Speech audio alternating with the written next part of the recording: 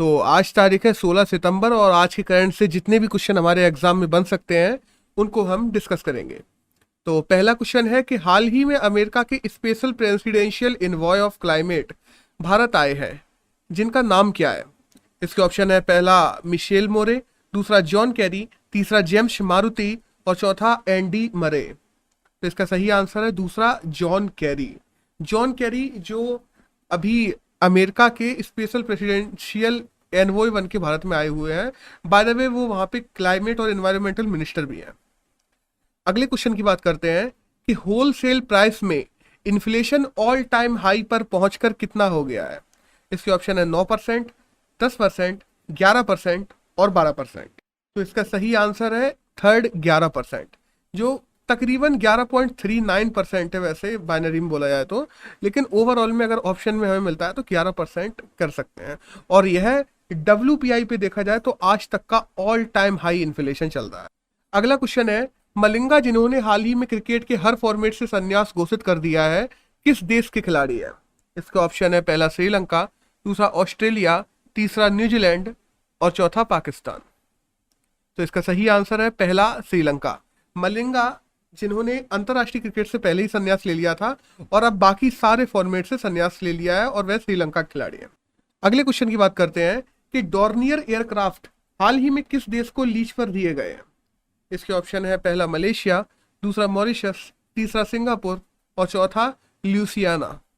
तो इसका सही आंसर है टू मॉरिशस। मॉरिशस को भारत ने डॉर्नियर एयरक्राफ्ट हाल ही में लीज पर दिए हैं और बाय द वे इसके बदले भारत पैसे नहीं ले रहा, ये फ्री में लीज पर भारत ने मॉरिशस की मदद के लिए दिया है। अगले क्वेश्चन की बात करते हैं कि भारतीय रिजर्व बैंक ने क्रॉस बॉर्डर ट्रांसफर के लिए किस देश के साथ समझौता किया है? इसके ऑप्शन है पहला चीन, दूसरा श्रीलंका, तीसरा बांग्लादेश और चौथा सिंगापुर। तो इसका सही आंसर है चौथा सिंगापुर। जैसे कि भारत में हम देखते हैं RBI के द्वारा UPI चलाया जाता है, ऐसे ही वहां की रिजर्व जो सेंट्रल बैंक है उसके द्वारा पे नाउ चलाया जाता है।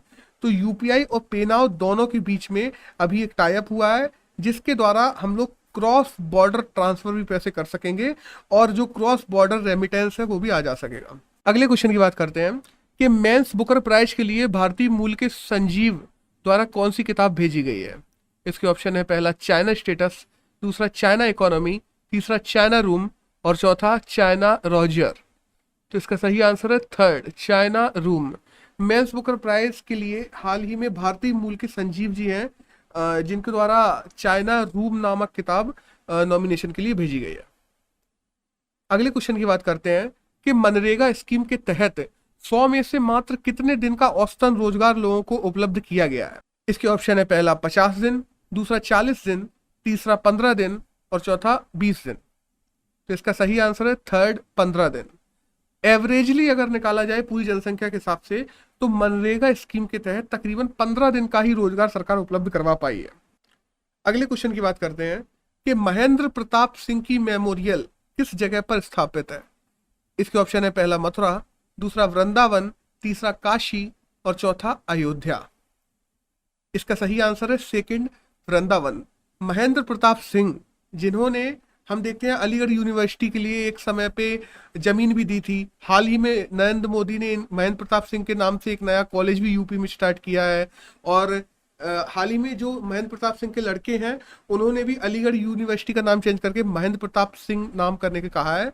उनका जो मेमोरियल है यानी कि समाधि स्थान वह वृंदावन में यमुना नदी के तट पे स्थित है। अगले क्वेश्चन की बात करते हैं कि CRISPR द्वारा किस योजना को मॉस्किटोस को मारने के लिए शुरू किया गया है? इसके ऑप्शन है पहला RG सेट, दूसरा SO सेट, तीसरा PG सेट और चौथा MR सेट। तो इसका सही आंसर है third PG set. PG set का फुल फॉर्म है precision guidance Stalin insect technique, जिसके द्वारा जो मादा मच्छर हैं उनके अंडों को इतना कमजोर बना दिया जाएगा कि उनसे निकलने वाले जो मच्छर होंगे वह आगे जाके ना तो मलेरिया फैला पाएंगे ना ही डेंगू फैला पाएंगे। अगले क्वेश्चन की बात करते हैं कि फॉरेस्ट राइट्स एक्ट किस प्रदेश में हाल ही में अपनाया गया है? इसके ऑप्शन है पहला राजस्थान, दूसरा उत्तर प्रदेश, तीसरा तमिलनाडु और चौथा जम्मू कश्मीर। इसका सही आंसर है चौथा Jammu Kashmir. Forest right act जो कि चारागाह से ज़्यादातर संबंधित है और SC/ST के राइट से संबंधित है, वह 2004 से पेंडिंग था, जो कि आज जाके जम्मू कश्मीर में स्थापित हो पाया है और लागू हुआ है। अगले क्वेश्चन की बात करते हैं कि पहली क्वाड समिट हाल ही में कहाँ आयोजित की जा रही है। इसके ऑप्शन है पहला अमेरिका, दूसरा कनाडा, तीसरा ब्राजील और चौथा लंदन। तो इसका सही आंसर है पहला अमेरिका। पहली क्वाड समिट इसी महीने की जा रही है, सितंबर के एंड में, और हमारे मोदी जी अमेरिका निकल भी गए हैं क्वाड समिट के लिए। क्वाड की बात की जाए तो इंडो पैसिफिक एरिया के 4 देश जापान, US, ऑस्ट्रेलिया और इंडिया, इन चारों से मिलकर क्वाड बनता है और उसकी पहली समिट पहली बार अमेरिका में होने जा रही है। अगले क्वेश्चन की बात करते हैं कि एंट्रिक्स व किस अन्य कंपनी के मध्य किया गया समझौता हाल ही में अवैध घोषित कर दिया गया है। इसके ऑप्शन है पहला रजत, दूसरा मोहनराज, तीसरा देवस और चौथा रॉजर। तो इसका सही आंसर है थर्ड देवस। देवस और एंथ्रेक्स के बीच में तकरीबन 150 करोड़ रुपए का एक समझौता हुआ था एक सैटेलाइट को भेजने को लेकर, जो कि अवैध घोषित कर दिया गया है।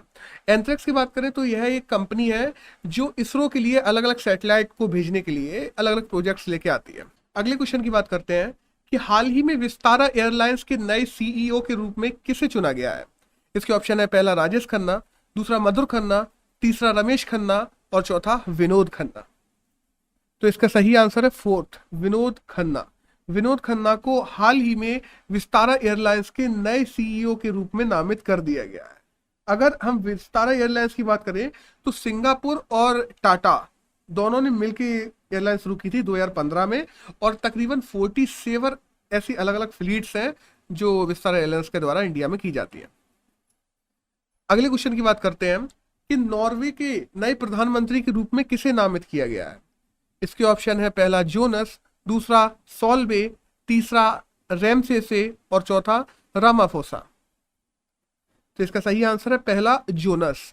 जोनस है जो हाल ही में पहली बार 3 अलग अलग लेफ्ट पार्टी से मिलके एक नॉर्वे में सरकार बनी है, जिसके प्रधानमंत्री के रूप में जोनस को चुना गया। और सॉल्वे की बात करें तो वह नॉर्वे के अभी हाल के प्रधानमंत्री थे जिन्होंने हाल में इस्तीफा दिया है। आज के आखिरी क्वेश्चन की बात करते हैं कि 2013 से 2019 के बीच APMC की फसल बिक्री में धान में अंतर आया है कितना। इसके ऑप्शन है पहला 100%, दूसरा 50%, तीसरा -200% और चौथा -600%। तो इसका सही आंसर है चौथा -600%। अगर हम धान की बात करते हैं तो APMC यानी कि मंडी में बेचे वाली धान में तकरीबन 600% की कमी आई है, जो कि 2013 में तकरीबन टोटल धान उपज जो देश में होती है उसका 17% थी, वो आज घट के 3.2% हो गई है। तो आज 16 सितंबर से जितने भी क्वेश्चन हमारे एग्जाम में बनने लायक थे वो हमने डिस्कस कर लिए हैं। धन्यवाद।